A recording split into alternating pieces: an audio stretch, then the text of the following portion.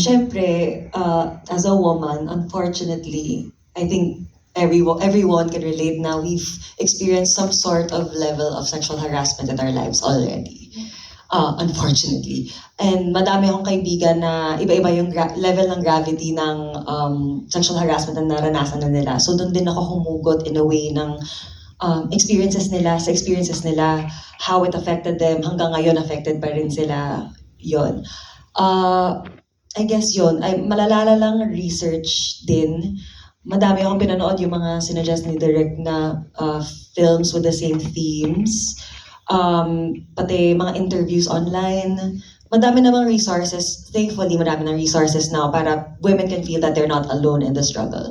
So sana makadagdag din tong film namin at sana na storytell namin ng maayos. Yun na talaga yung goal namin.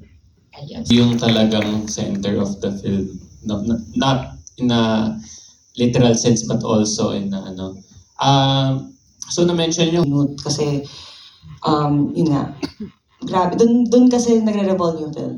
So kung wala yung scene na yun, kung wala yung testimony, dun din kasi siya nag-decide na lumabas with the abuse that she encountered. So it's a very powerful scene. And syempre, si Tita Yula, si Miss Yula Valdez, nandun siya the whole time, and dun din akong hugot na parang she's really trying to fish the testimony out of Jonalyn, and it was a great help